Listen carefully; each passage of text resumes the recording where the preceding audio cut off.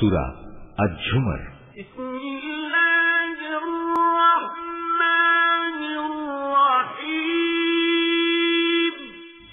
রহমান রহিম আল্লাহ তাআলার নামে।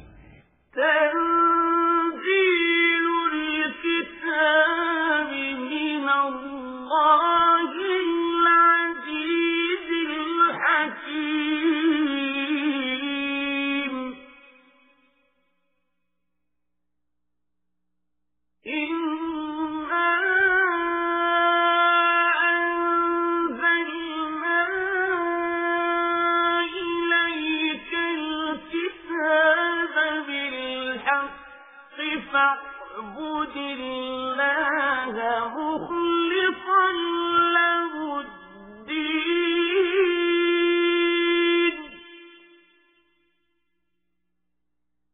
ألا لله الدين الخالص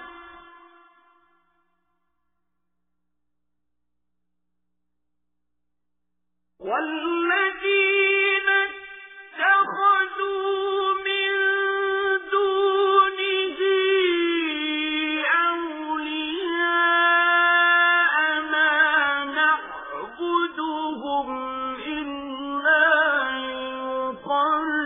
ليقربونا إلى الله زلفى إن الله يحكم بينهم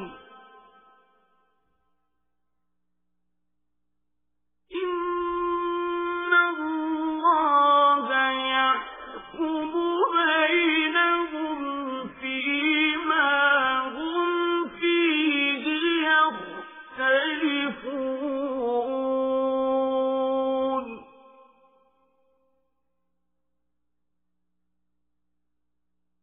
إن الله لا يهدي من هو كاذب كفار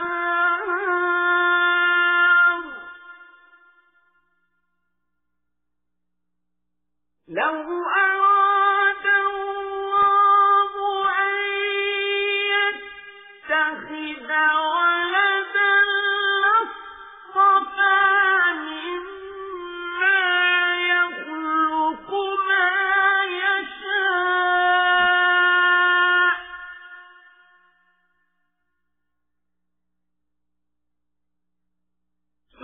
سبحانه هو الله الواحد القهار এ মহাগ্রন্থ আল কোরআন পরাক্রমশালী প্রজ্ঞাময় আল্লাহ তাআলার পক্ষ থেকেই এর অবতরণ। আমি কিতাব তোমার কাছে যথার্থভাবে নাযিল করেছি, অতএব নিষ্ঠাবান হয়ে তুমি আল্লাহ তাআলার ইবাদত করো। জেনে রেখো, একনিষ্ঠ ইবাদত আল্লাহ তাআলার জন্যই নিবেদিত হওয়া উচিত। যারা আল্লাহ তাআলার বদলে অন্যদের অভিভাবক হিসেবে গ্রহণ করে তারা বলে, আমরা তো এদের ইবাদত এছাড়া অন্য কোনো কারণে করি না যে এরা আমাদের আল্লাহ তাআলার নিকটবর্তী করে দেয়। কিন্তু তারা যেসব বিষয় নিয়ে মতভেদ করছে, নিশ্চয়ই আল্লাহ তাআলা কিয়ামতের দিন সে বিষয়ের ফয়সালা করে দেবেন। অবশ্যই আল্লাহ তাআলা এমন লোককে হেদায়েত করেন না যে মিথ্যাবাদী ও অকৃতজ্ঞ। আল্লাহ তাআলা যদি সন্তান গ্রহণ করতেই চাইতেন তাহলে তিনি তার সৃষ্টির মাঝ থেকে যাকে ইচ্ছা তাকেই বাছাই করতে পারতেন। তার সত্তা অনেক পবিত্র। তিনি আল্লাহ তাআলা, তিনি একক ও মহাপরাক্রমশালী।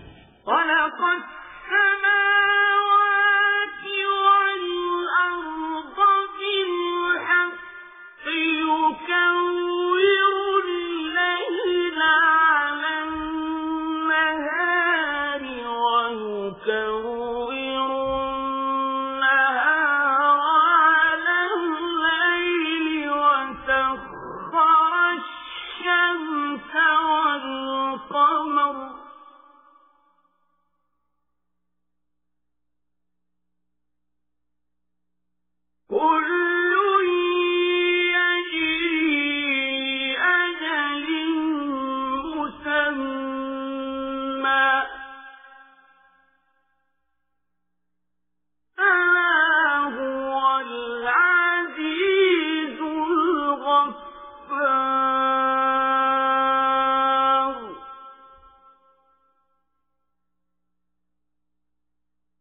خلقكم من نفس واحدة ثم جعل منها زوجها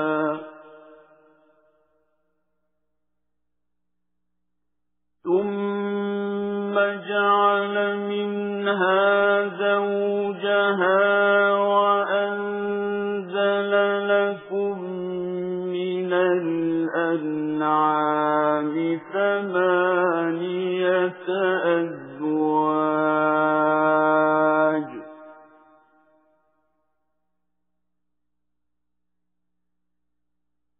يخلقكم في بطون أمهاتكم خلقا من بعد خلق في ظلمات ثلاث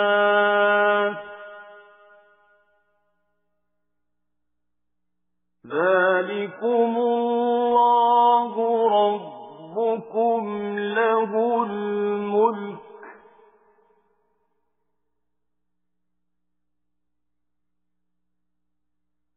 لا إله إلا هو فأنى تصرفون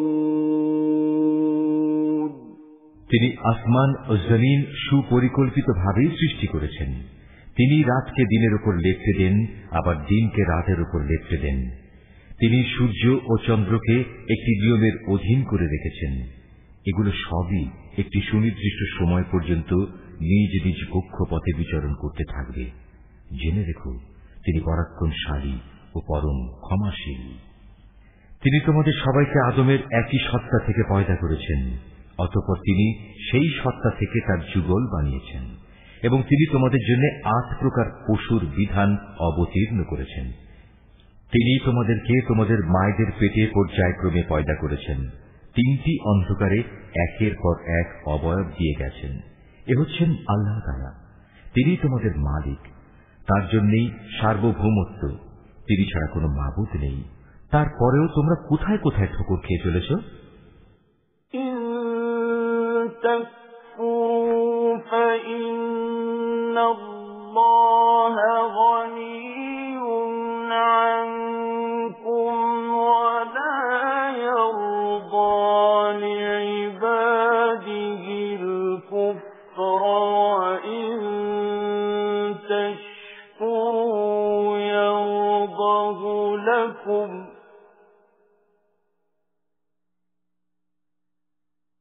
ولا تزر وازرة وزر أخرى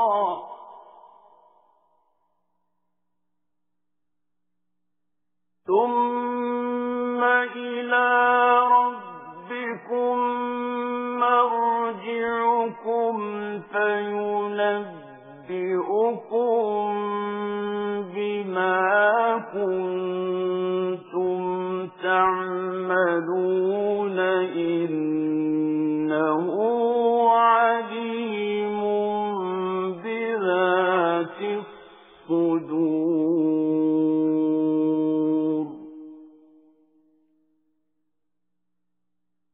وإذا مس الإنسان ضر دعا ربه إليه ثم إذا خوله نعمة منه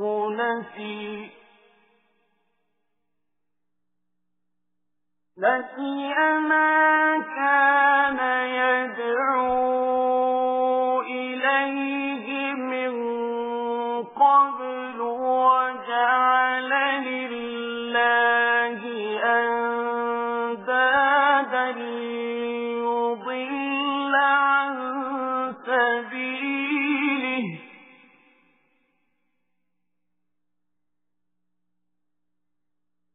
قل تمتع بكفرك قليلا من أصحاب النار হে মানুষ, তোমরা যদি আল্লাহ তাআলার কুফরি করো তাহলে জেনে রেখো আল্লাহ তাআলা তোমাদের কারোই মুখাপেক্ষী নন। আল্লাহ তাআলা তার নিজের বান্দার এ নাশকরী আচরণ কখনো পছন্দ করেন না। তোমরা যদি তাঁর কৃতজ্ঞতা আদায় করো তাহলে তিনি তোমাদের উপর সন্তুষ্ট হবেন। কিয়ামতে কেউই কারো গুনাহের ভার উঠাবে না। অতঃপর তোমাদের তাঁর কাছে ফিরে যেতে হবে এবং সেদিন তিনি তোমাদের বিস্তারিত বলে দেবেন তোমরা কি করতে।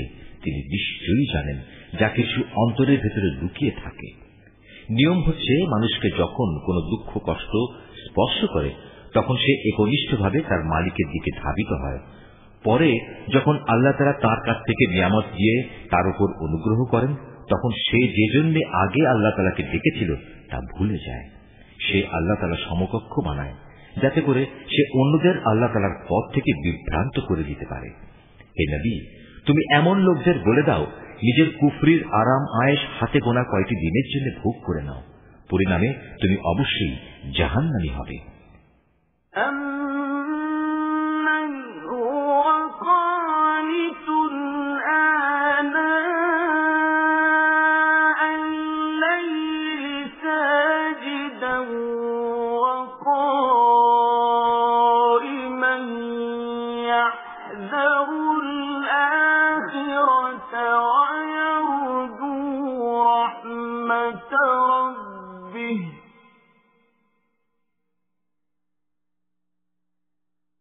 قل هل يستوي الذين يعلمون والذين لا يعلمون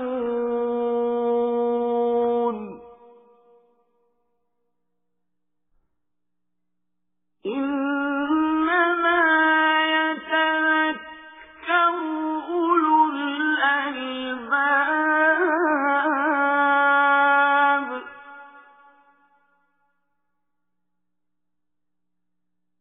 قل يا عبادي الذين آمنوا اتقوا ربكم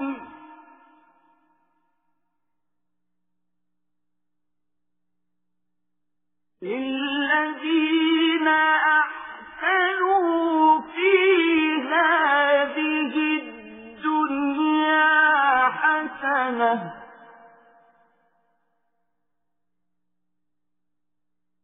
وأرض الله واسعة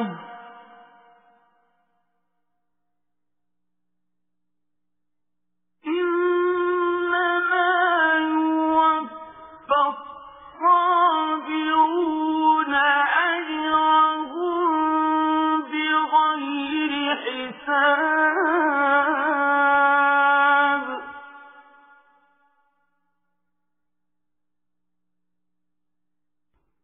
قل إني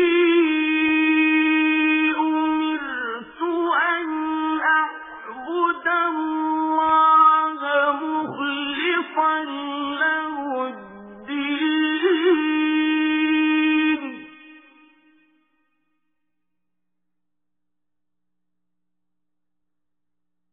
وأمرت لأن أكون أول المسلمين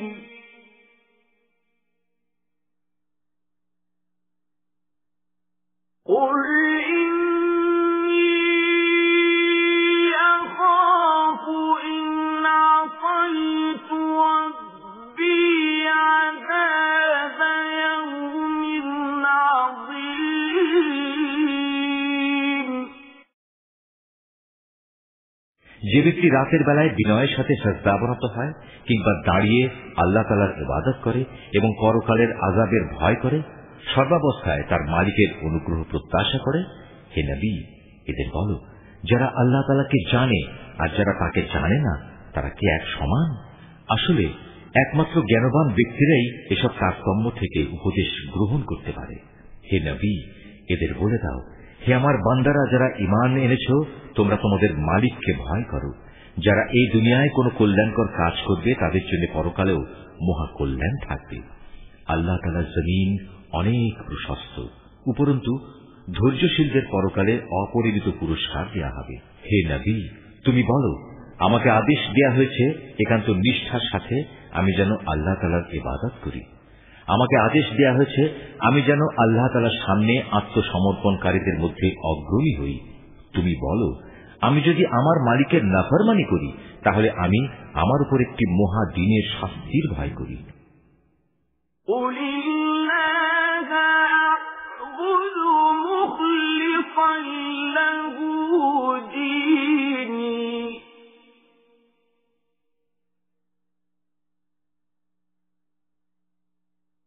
فاعبدوا ما شئتم من دونه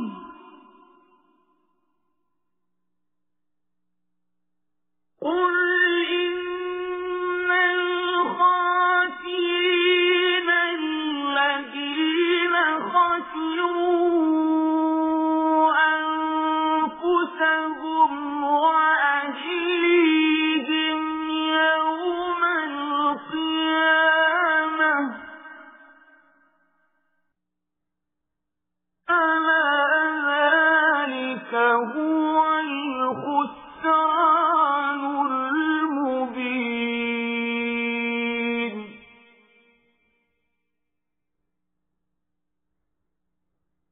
لهم من فوقهم ظلل من النار ومن تحتهم ظلل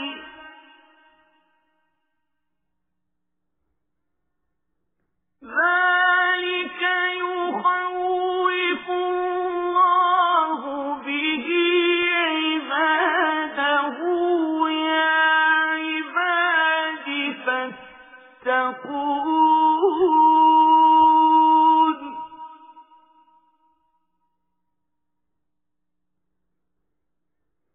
والذين اجتنبوا الطاغوت أن يعبدوها وأنابوا إلى الله لهم البشرى فبشر عباد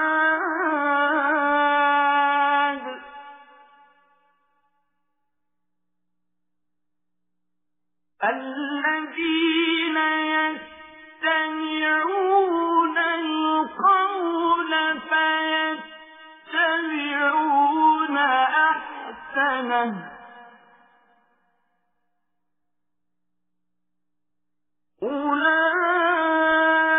أولئك الذين هداهم الله وأولئك هم أولو الألباب তুমি বলো, আমি একান্ত নিষ্ঠাবান হয়েই আল্লাহ তাআলার ইবাদত করি। তোমরা তাকে বাদ দিয়ে যারই চাও গোলামি করো। হে নবী, তুমি বলো, ভারী ক্ষতিগ্রস্ত হবে তারা যারা অন্যের গোলামি করার কারণে কিয়ামতের দিন নিজেদের এবং নিজেদের পরিবার পরিজনদের ভীষণ ক্ষতি করবে। তোমরা জেনে দেখো, এই আখিরাতের ক্ষতি হচ্ছে সুস্পষ্ট ক্ষতি। তাদের জন্য তাদের উপর থেকে ছায়া দানকারী আগুনের মেঘমালা থাকবে, তাদের নিচের দিক থেকেও থাকবে আগুনেরই বিছানা। এ হচ্ছে সে বিভৎস আযাব যা দিয়ে আল্লাহ তাআলা তার বান্দাদের ভয় দেখাচ্ছেন। অতএব হে আমার বান্দারা, তোমরা আমাকে ভয় করো। যারা শয়তানি শক্তির গোলামি করা থেকে বেঁচে থেকেছে এবং একনিষ্ঠভাবে আল্লাহ তাআলার দিকেই ফিরে এসেছে, তাদের জন্য রয়েছে মহা সুসংবাদ। অতএব হে নবী, তুমি আমার এমন সব বান্দাদের সুসংবাদ দাও যারা মনোযোগ সহকারে আমার কথা শোনে এবং ভালো কথাসমূহের অনুসরণ করে। এরাই হচ্ছে সেসব সৌভাগ্যবান লোক যাদের আল্লাহ তাআলা সৎ পথে পরিচালিত করেন। আর সত্যিকার অর্থে এরাই হচ্ছে বোধ শক্তি সম্পন্ন মানুষ।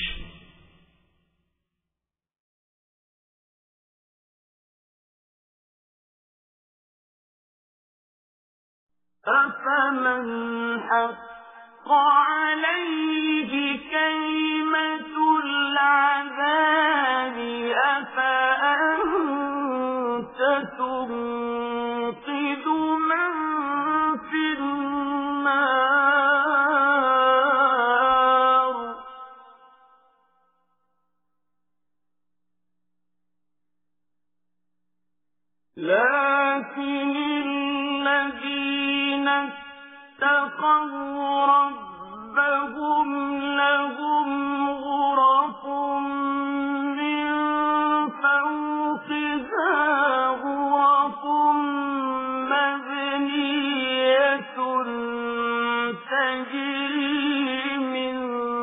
تحتها الأنهار وعد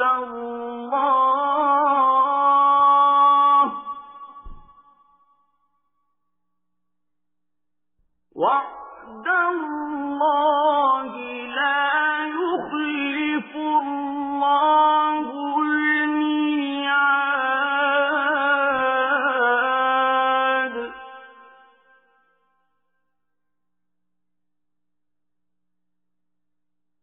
ألم تر أن الله أنزل من السماء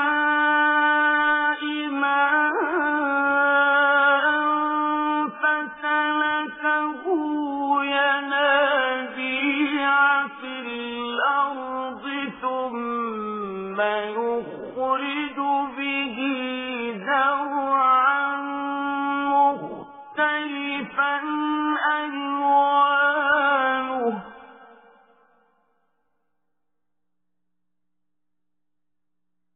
ثم يخرج به زرعا مختلفا ألوانه ثم يهيج فتراه مصفرا ثم يجعله حطاما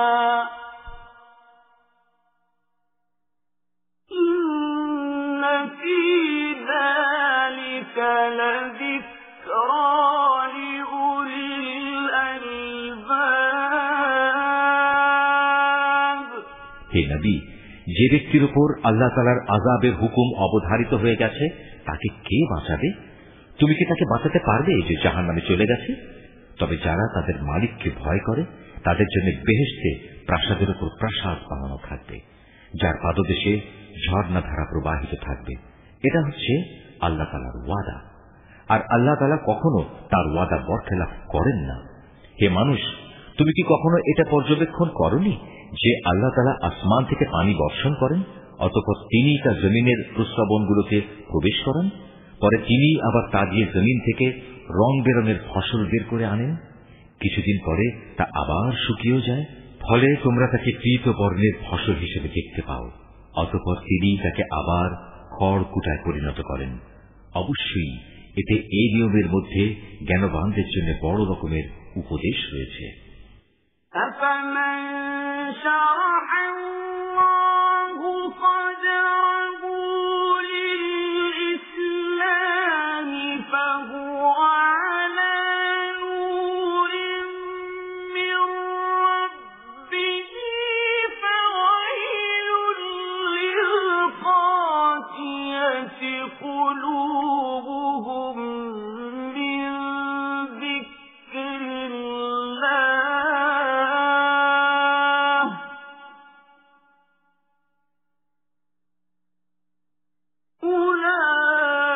أولئك في ضلال مبين.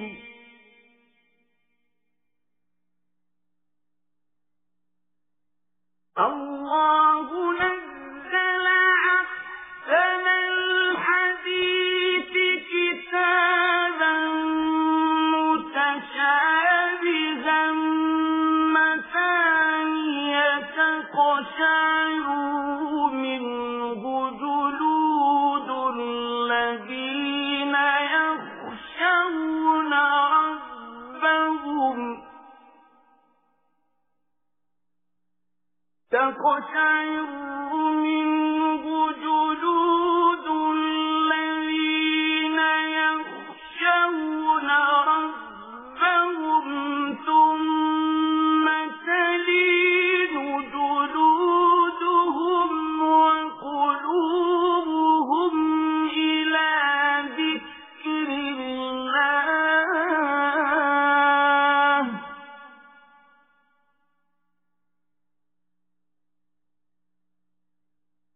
ذلك هدى الله يهدي به من يشاء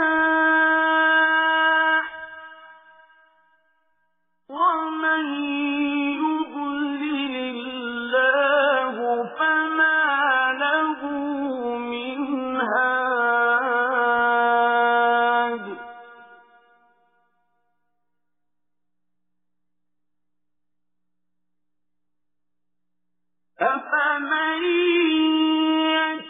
يتقي بوجهه سوء العذاب يوم القيامة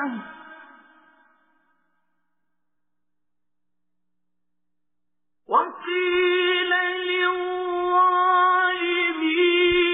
ذوقوا ما كنتم تكسبون। অতঃপর তুমি বলো, হে নবী, যার অন্তরকে আল্লাহ তাআলা ইসলামের জন্য উন্মুক্ত করে দিয়েছেন, সে ব্যক্তি তার প্রতিপালকের পক্ষ থেকে পাওয়া একটি হেদায়েতের নূরের উপর রয়েছে। দুর্ভোগ হচ্ছে সেসব লোকের জন্য যাদের অন্তর আল্লাহ তাআলার স্মরণ থেকে কঠোর হয়ে গেছে।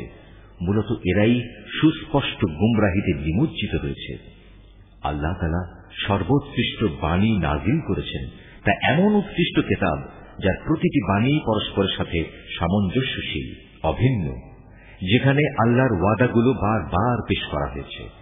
যারা তাদের মালিককে ভয় করে, এই কিতাব শোনার ফলে তাদের চামড়া ও শরীর কেঁপে ওঠে, অতঃপর তাদের দেহ ও মন বিগলিত হয়ে আল্লাহ তাআলার স্মরণে ঝুঁকে পড়ে।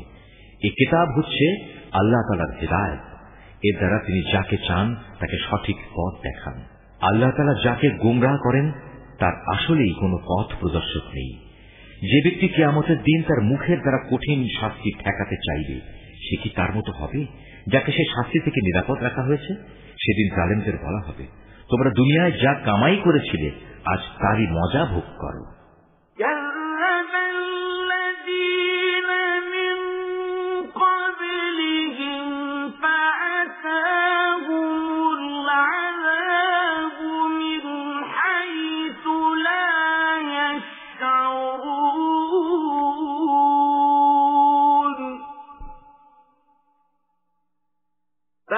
فأذاقهم الله الخزي في الحياة الدنيا ولعذاب الآخرة أكبر لو كانوا يعلمون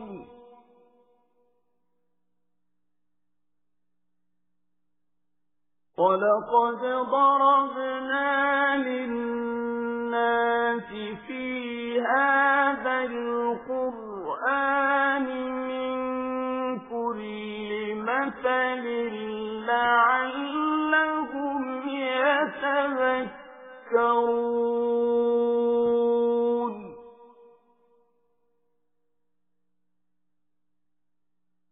قرآنا غير ذي عوج لعلهم يتقون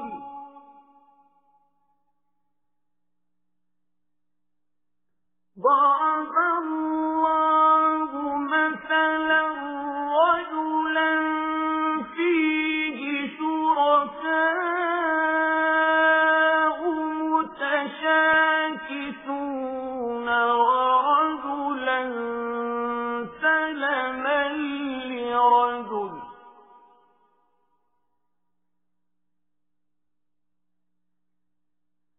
هل يستويان مثلا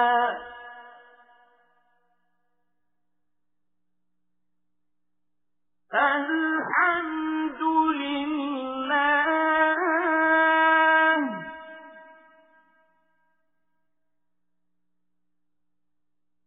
بل أكثرهم لا يعلمون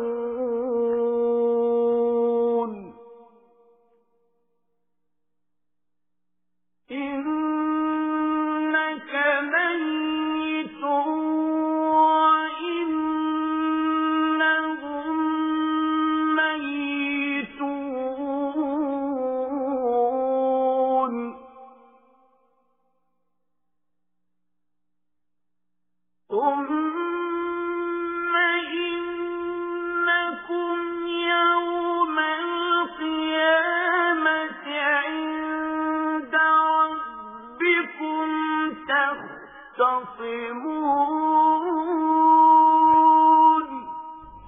তাদের আগের লোকেরাও নবীদের উপর মিথ্যা আরোপ করেছে, আর এমন দিক থেকে আল্লাহ তাআলার আযাব তাদের উপর এসে তাদের গ্রাস করল যে তারা টেরই পায়নি।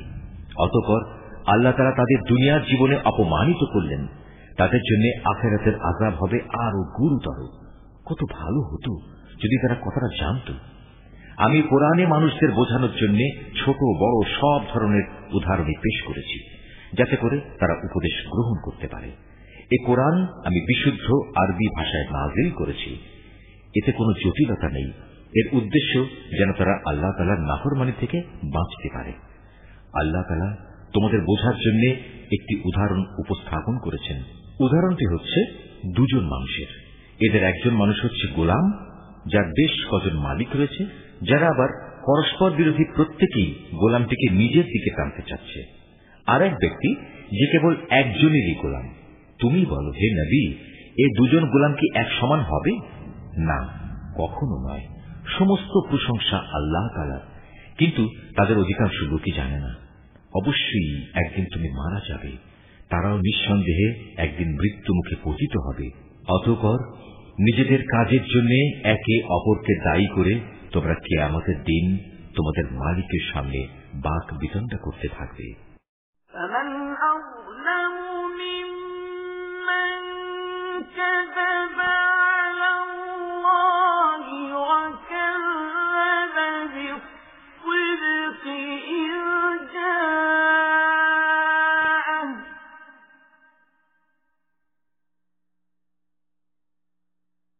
أليس في جهنم مثوى للكافرين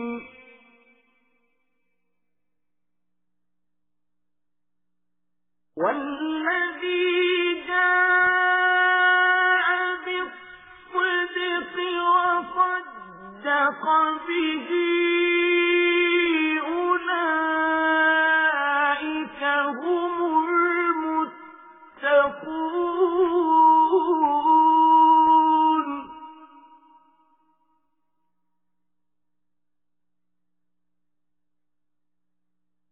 لهم ما يشاءون عند ربهم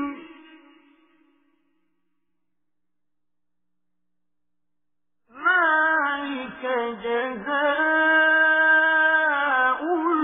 المحسنين।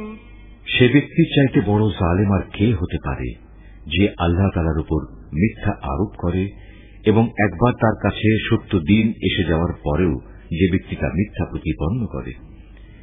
এমন সব কাফেরদের ঠিকানা কি জাহান্নামে হওয়া উচিত নয়? অপরদিকে যে ব্যক্তি স্বয়ং এ সত্য দিন নিয়ে এসেছে এবং যে ব্যক্তি এ সত্যকে সত্য বলে মেনে নিয়েছে, ওদের আযাব থেকে বাঁচিয়ে দেয়া হবে। তাদের জন্য তাদের মালিকের কাছে সে সব কিছুই থাকবে যা তারা পেতে চাইবে। মূলত এটা হচ্ছে সৎ কর্মশীল লোকদের পুরস্কার।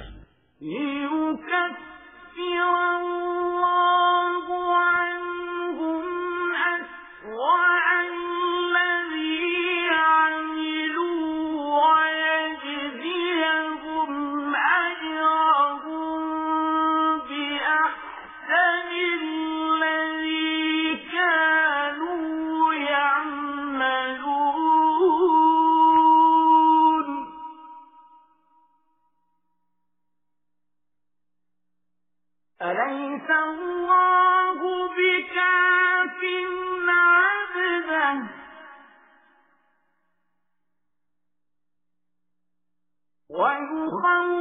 ويخوفونك بالذين من دونه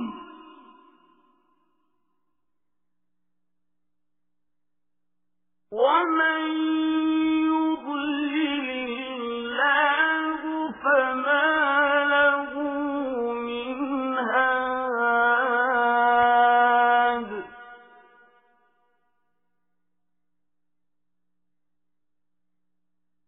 ومن يهد الله فما له من مضل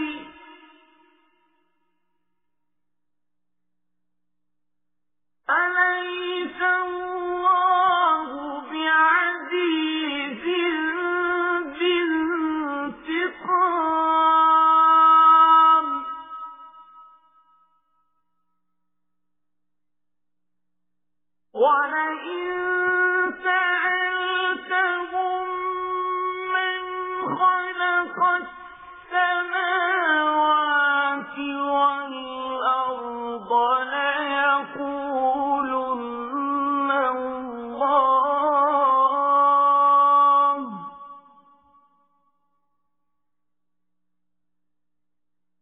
قل أفرأيتم ما تدعون من دون الله إن أرادني الله بضر هل هن كاشفات ضره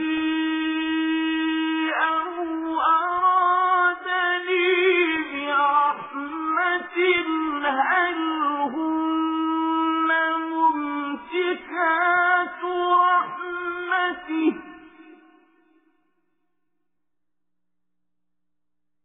قل حسبي الله عليه يتوكل المتوكلون কেননা এরা যা কিছু মন্দ কাজ করেছিল আল্লাহ তাআলা তা মিটিয়ে দেবেন এবং তাদের ভালো কাজসমূহের জন্য তিনি তাদের উত্তম পুরস্কার দেবেন। আল্লাহ তাআলা কি তার বান্দা মুহাম্মদের হেফাজতের জন্য যথেষ্ট নন? হে নবী, এরা তোমাকে আল্লাহ তাআলার পরিবর্তে অন্যদের ভয় দেখায়। আল্লাহ তাআলা যাকে বিভ্রান্ত করেন তার আসলে কোনই পথ প্রদর্শক নেই। আবার যাকে আল্লাহ তাআলা স্বয়ং পথ প্রদর্শন করেন তাকে কেউই পথভ্রষ্ট করতে পারে না। আল্লাহ তাআলা কি পরাক্রমশালী ও কঠোর প্রতিশোধ গ্রহণকারী সত্তা নন? হে নবী, যদি তুমি এদের কাছে জিজ্ঞেস করো আকাশমালা ও জমিন কে সৃষ্টি করেছে, সাথে সাথেই ওরা বলবে আল্লাহ তাআলাই এসব সৃষ্টি করেছেন। এবার তাদের তুমি বলো, তোমরা কখনো ভেবে দেখেছো কি, যদি আল্লাহ তাআলা আমাকে কোনো কষ্ট পৌঁছাতে চান তাহলে তিনি ছাড়া যাদের তোমরা ডাকো তারা কি সে কষ্ট দূর করতে পারবে? কিংবা তিনি যদি আমার উপর তার অনুগ্রহ করতে চান তাহলে এরা তার সে অনুগ্রহ কি রোধ করতে পারবে? হে নবী, তুমি বলো আমার জন্য আল্লাহ তাআলাই যথেষ্ট। যারা নির্ভর করতে চায় তাদের তো তার উপরেই নির্ভর করা উচিত। قل يا قوم اعملوا على مكانتكم إني عامل فسوف تعلمون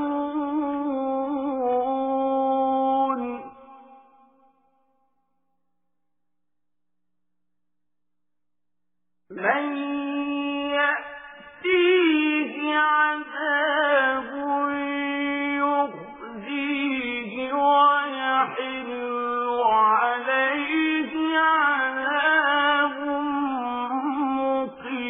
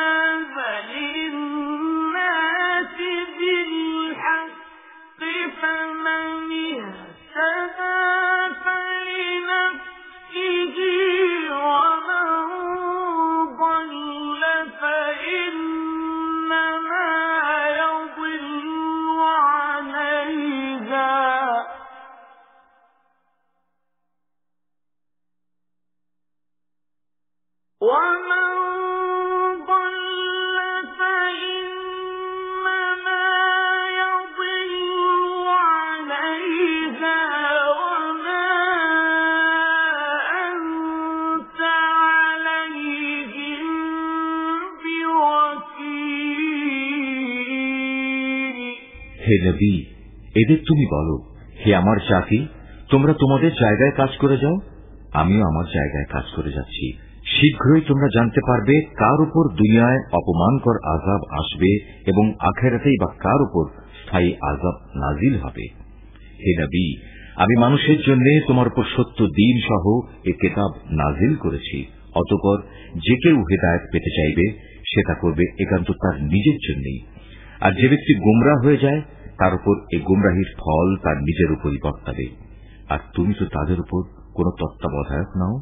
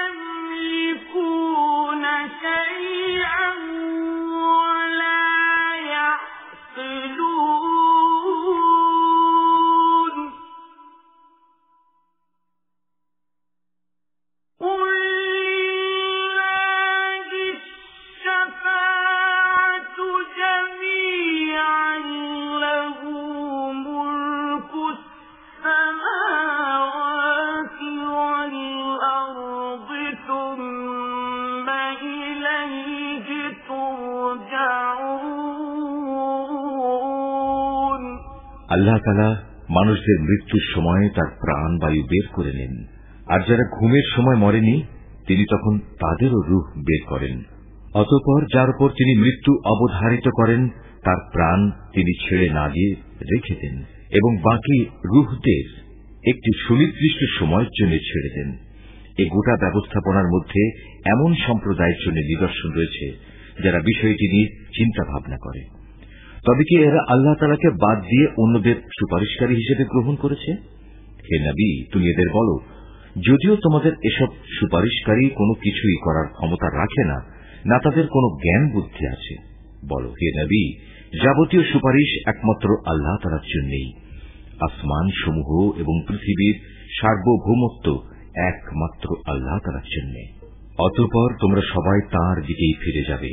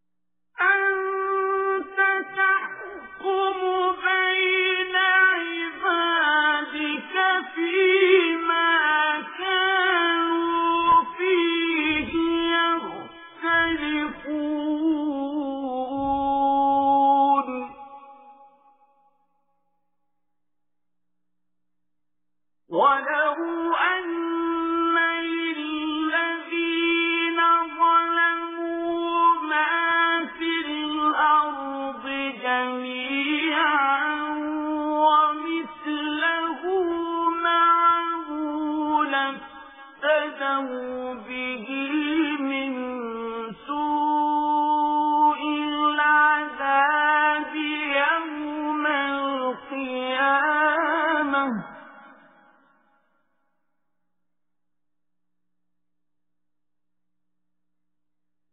وبدا لهم من الله ما لم يكونوا يحتسبون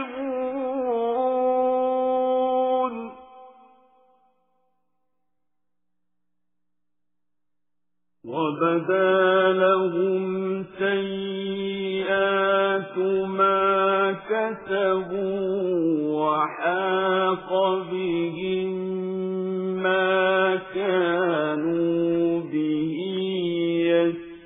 يستهزئون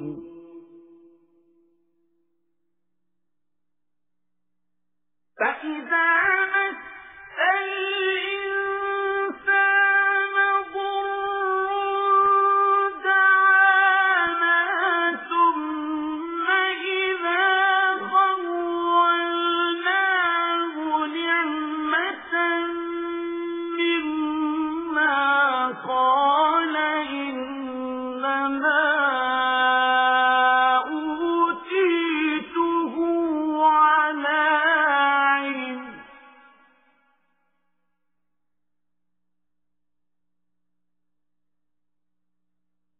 بل هي فتنة ولكن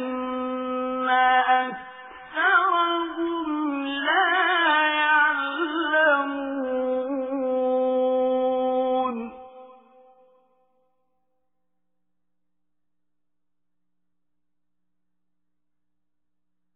قد قالها الذين من قبلهم فما أغنى عنهم ما كانوا يكسبون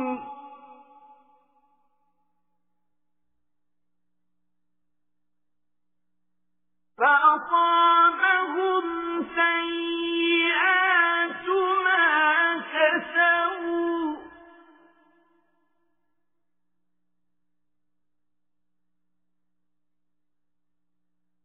والذين ظلموا من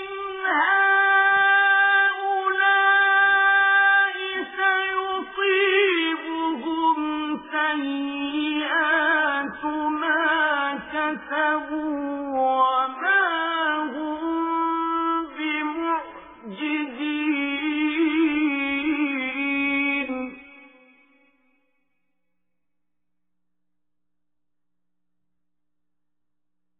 أولم يعلموا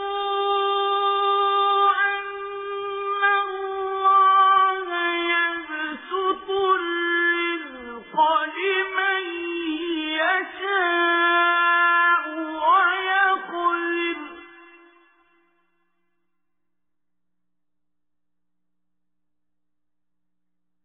إن في ذلك لآيات لقوم يؤمنون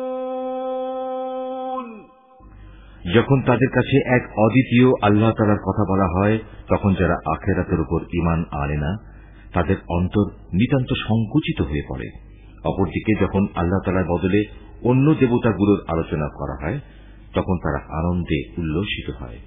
হে নবী, তুমি বলো, হে আল্লাহ, হে আসমান জমিনের স্রষ্টা, হে দৃশ্যমান ও অদৃশ্যমান সব কিছুর পরিজ্ঞাতা, তুমি তোমার বান্দাদের মাঝে সেসব বিষয়ের ফয়সালা করে দাও যে ব্যাপারে তারা মতবিরোধ করছে। যদি এই জালেমদের কাছে সেসব সম্পদ মজুদ থাকে যা এই পৃথিবীর মাঝে ছড়িয়ে আছে, তার সাথে সমপরিমাণ সম্পদ আরও যদি তার কাছে থাকে, কিয়ামতের দিন আযাবের অনিষ্ট থেকে মুক্তি পেতে তারা সব কিছু বিনা দ্বিধায় দিয়ে দিতে চাইবে।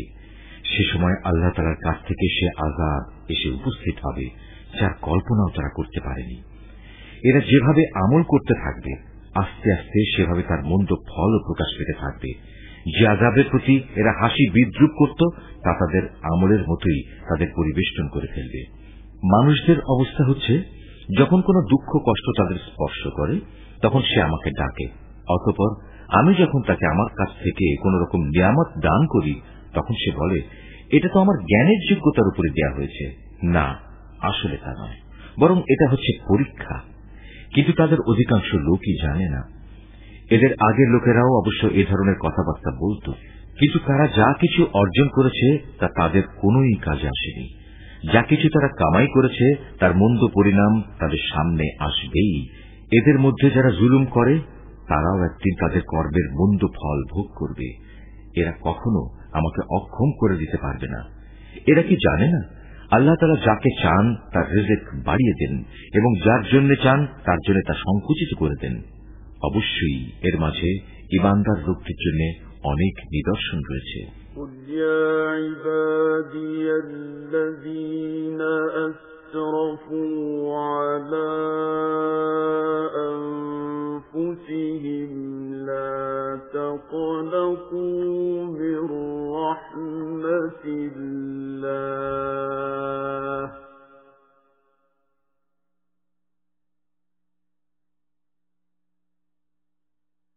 إِنَّ اللَّهَ يَغْفِرُ الذُّنُوبَ جَمِيعًا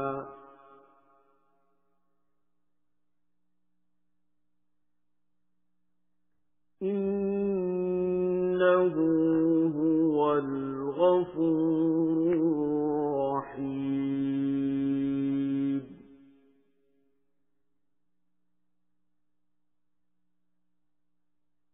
وَأَنِيبُوا إِلَى رَبِّكُمْ وَأَسْلِمُوا لَهُ مِنْ قَبْلِ أَنْ يَأْتِيَكُمُ الْعَذَابُ ثُمَّ لَا تُنصَرُونَ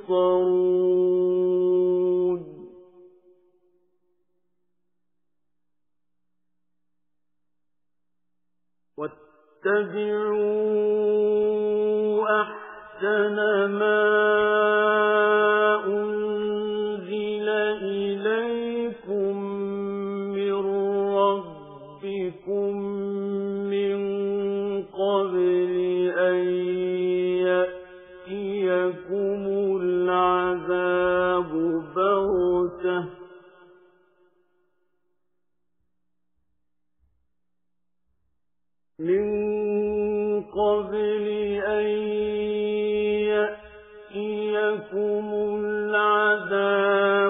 بَغْتَةً وَأَنْتُمْ لَا تَشْعُرُونَ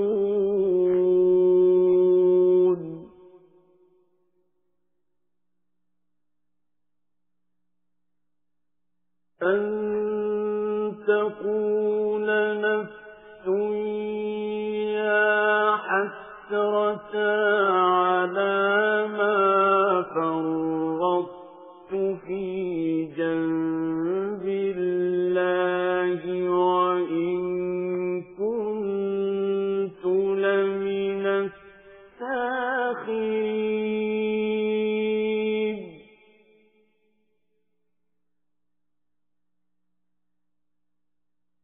أَوْ تَقُولَ لَوْ أَنَّ اللَّهَ هَدَانِي لَكُنْتُ مِنَ الْمُتَّقِينَ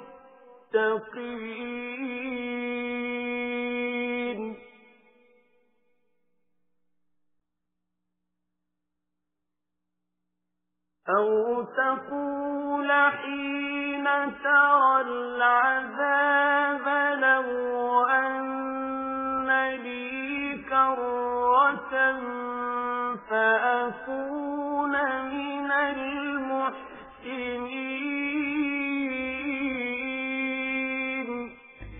হে নবী, তুমি তাদের বলো, হে আমার বান্দারা, তোমরা যারা নিজেদের প্রতি জুলুম করেছ তারা আল্লাহ তাআলার রহমত থেকে কখনো নিরাশ হও না। অবশ্যই আল্লাহ তাআলা মানুষের সমুদয় পাপ ক্ষমা করে দেবেন। তিনি ক্ষমাশীল ও পরম দয়ালু। অতএব তোমরা তোমাদের মালিকের দিকে ফিরে এসো এবং তার কাছেই পূর্ণ আত্মসমর্পণ করো তোমাদের উপর আল্লাহ তাআলার আযাব আসার আগেই, কেননা একবার আযাব এসে গেলে অতঃপর তোমাদের আর কোন রকম সাহায্য করা হবে না। তোমাদের অজান্তে তোমাদের উপর অতর্কিতভাবে কোন রকম আযাব নাজিল হওয়ার আগেই তোমাদের কাছে তোমাদের মালিক যে উৎকৃষ্ট গ্রন্থ নাজিল করেছেন তোমরা তার অনুসরণ করো। অতঃপর এমন যেন না হয় কেউ একদিন বলবে, হায় আফসোস, আল্লাহ তাআলার প্রতি আমার কর্তব্য পালনে আমি দারুণ শৈথিল্য প্রদর্শন করেছি। আমি তো মূলত ছিলাম ঠাট্টা বিদ্রূপকারীদেরই একজন। কিংবা একথা কেউ যেন না বলে, যদি আল্লাহ তাআলা আমাকে হেদায়েত দান করতেন তাহলে আমি অবশ্যই পরহেজগারদের দলে শামিল হয়ে যেতাম। অথবা আযাব সামনে দেখে কেউ বলবে, আহা, যদি আমার আবার দুনিয়ায় পাঠিয়ে দেওয়ার নসিবে থাকত তাহলে আমি নেক বান্দাদের দলে শামিল হয়ে যেতাম।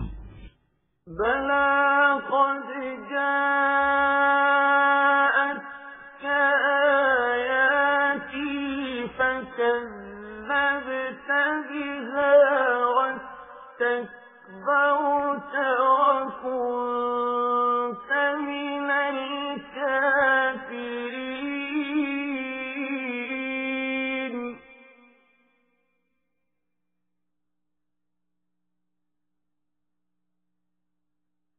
ويوم القيامة ترى الذين كذبوا على الله وجوههم مسودة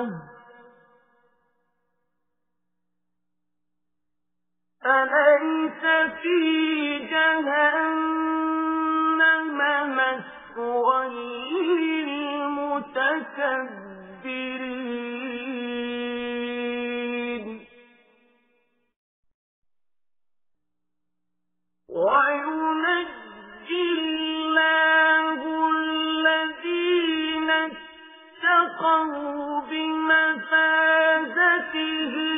لا يمسهم السوء ولا هم يحزنون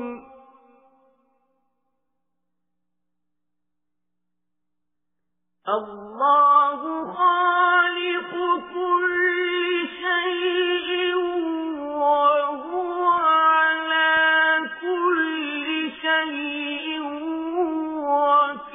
وكيل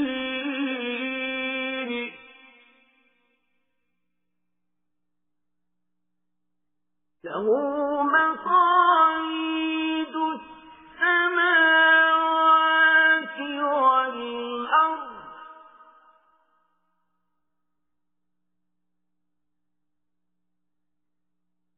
والذين كفروا بآيات الله أولئك هم الخاسرون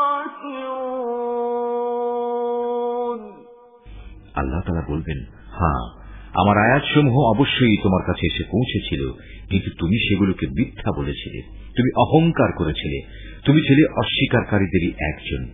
কিয়ামতের দিন তুমি দেখবে যারা আল্লাহ তাআলার উপর মিথ্যা আরোপ করে তাদের মুখগুলো সব কদাকার বিশ্রী হয়ে গেছে। তুমি কি মনে করো জাহান্নাম এরকম অধ্যত্ত পোষণকারীদের ঠিকানা হওয়া উচিত নয়? এর বিপরীত যারা পরহেজগারি করেছে আল্লাহ তাআলা তাদের সাফল্যের সাথে জাহান্নাম থেকে উদ্ধার করবেন। অকল্যাণ কখনো তাদের স্পর্শ করবে না, না তারা কখনো কোনো ব্যাপারে উদ্বিগ্ন হবে। আল্লাহ তাআলাই হচ্ছেন সব কিছুর একক স্রষ্টা, তিনিই হচ্ছেন সবকিছুর উপর নিগাহবান। আসমান সমূহ ও জমিনের মূল চাবিকাঠিটা তাঁরই কাছে। যারা এখন আল্লাহ তাআলার আয়াতসমূহ অস্বীকার করে চলেছে, পরিশেষে তারাই হবে ক্ষতিগ্রস্ত।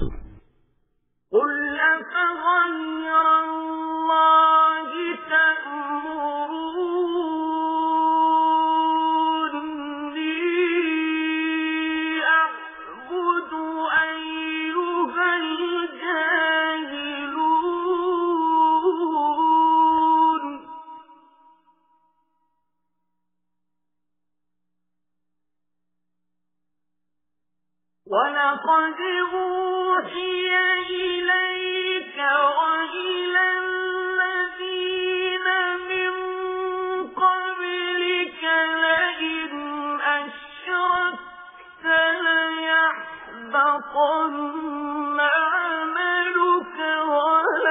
لَتَكُونَنَّ مِنَ الْخَاسِرِينَ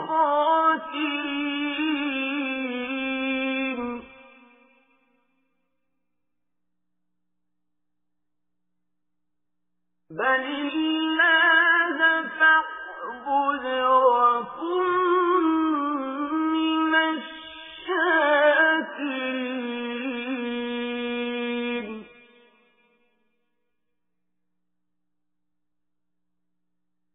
وَمَا قَدَرُوا اللَّهَ حَقَّ قَدْرِهِ وَالْأَرْضُ جَمِيعًا قَبْضَتُهُ يَوْمَ الْقِيَامَةِ وَالسَّمَاوَاتُ مَطْوِيَّاتٌ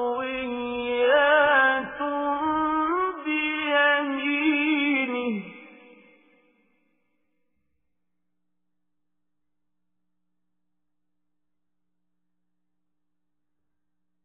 سُبْحَانَهُ وَتَعَالَى عَمَّا يُشْرِكُونَ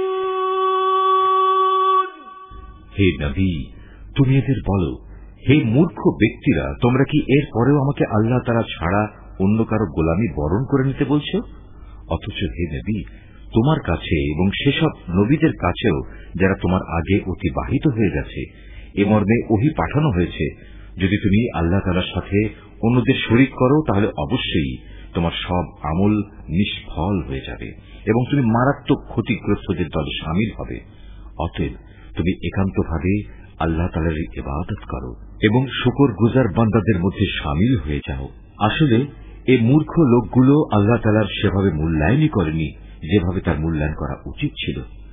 কিয়ামতের দিন গোটা পৃথিবী থাকবে তাঁর হাতের মুঠোয় এবং আসমানগুলো একে একে ভাঁজ করা অবস্থায় তার ডান হাতে থাকবে। পবিত্র ও মহান তিনি। ওরা তাঁর সাথে যা কিছু শিরক করে তার থেকে তিনি অনেক ঊর্ধ্বে। وَنُفِخَ فِي الصُّورِ فَصَعِقَ مَن فِي السَّمَاوَاتِ وَمَن فِي الْأَرْضِ إِلَّا مَن شَاءَ اللَّهُ ثُمَّ نُفِخَ فِيهِ أُخْرَىٰ فَإِذَا هُمْ قِيَامٌ يَنظُرُونَ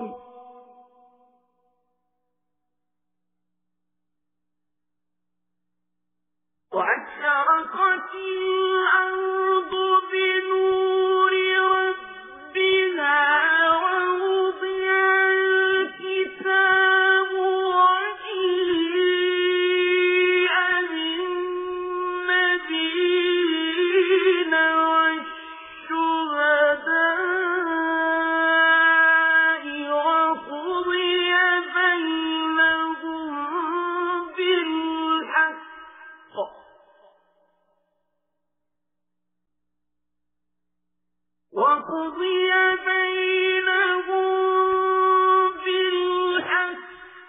وَهُمْ لَا يُظْلَمُونَ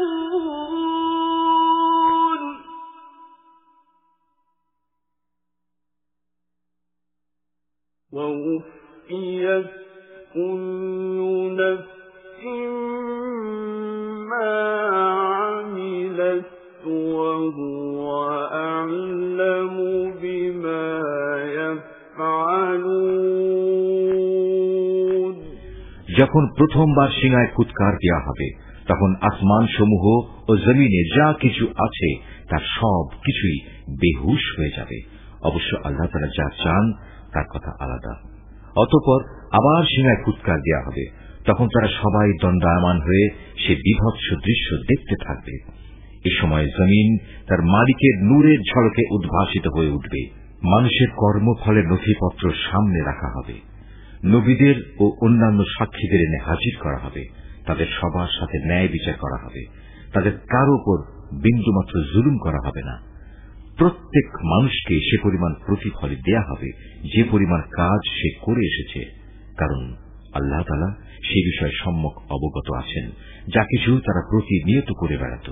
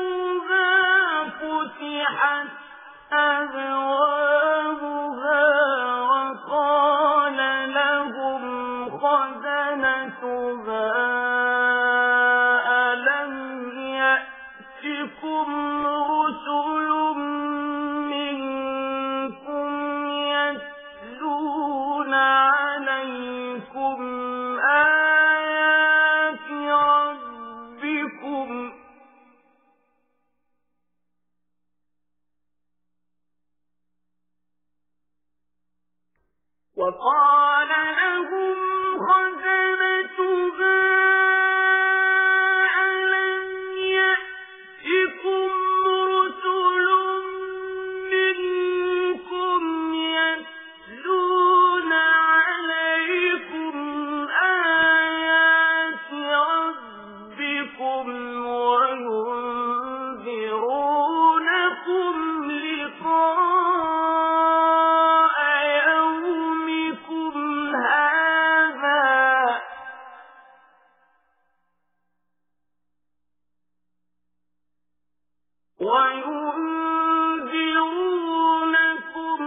لقاء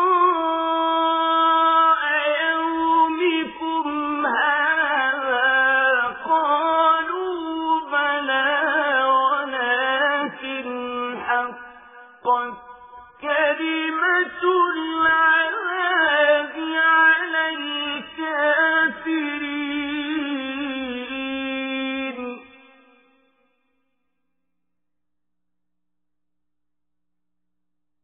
قيل ادخلوا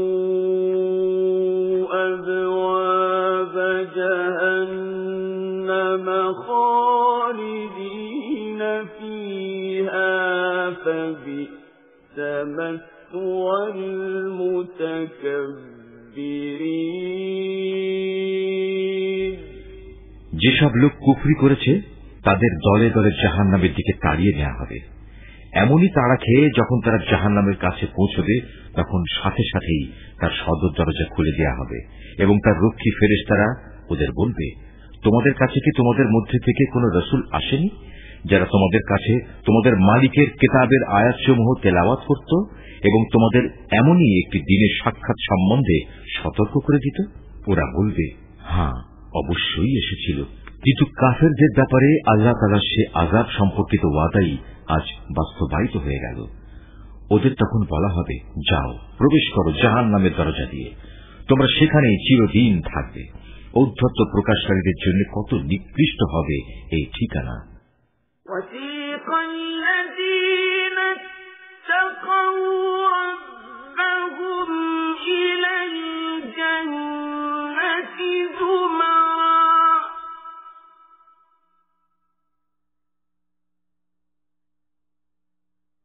حَتَّى إِذَا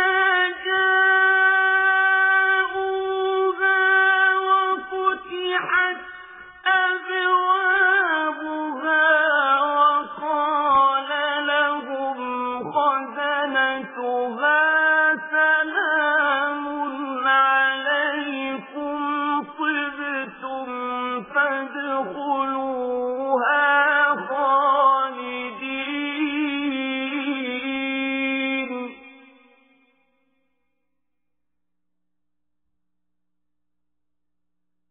وَقَالُوا الْحَمْدُ لِلَّهِ الَّذِي صَدَقَنَا وَعْدَهُ وَأَوْرَثَنَا الْأَرْضَ نَتَبَوَّأُ مِنَ الْجَنَّةِ حَيْثُ نَشَاءُ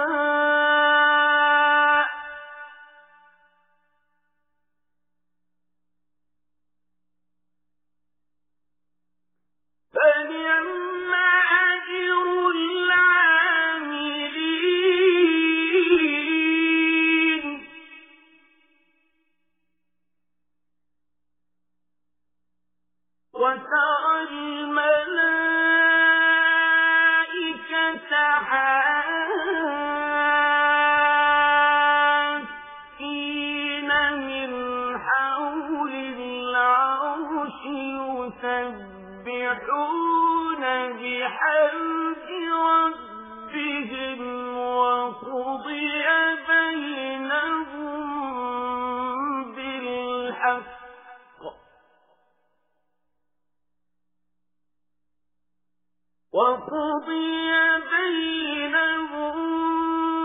بالحق وقيل الحمد لله رب العالمين।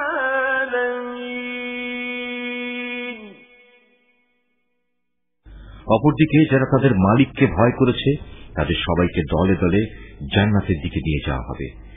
এমনি করে যখন সেখানে তাদের জান্নাতের দোরগোড়ায় এনে হাজির করানো হবে এবং তার দরজাসমূহ আগে থেকেই তাদের জন্য খুলে রাখা হবে, উষ্ণ অভিনন্দন জানিয়ে তার রক্ষী ফেরেশতারা তাদের বলবে, তোমরা সুখে থাকো, চিরন্তন জীবন কাটানোর জন্য এখানে দাখিল হয়ে যাও। তারা সেখানে প্রবেশ করে কৃতজ্ঞ চিত্তে বলবে, সমস্ত তারিফ আল্লাহ তাআলার, যিনি আমাদের দেয়া তাঁর প্রতিশ্রুতি পূরণ করেছেন এবং আমাদের এ ভূমির অধিকারী বানিয়ে দিয়েছেন। এখন আমরা এই জান্নাতের যেখানে ইচ্ছা সেখানেই বসবাস করব। সদাচারীদের এ পুরস্কার কতই না উত্তম। হে নবী, সেদিন তুমি ফেরেশতাদের দেখতে পাবে, ওরা আরশের চারিদিকে ঘিরে তাদের মালিকের সপ্রশংস পবিত্রতা ও মহিমা ঘোষণা করে চলেছে।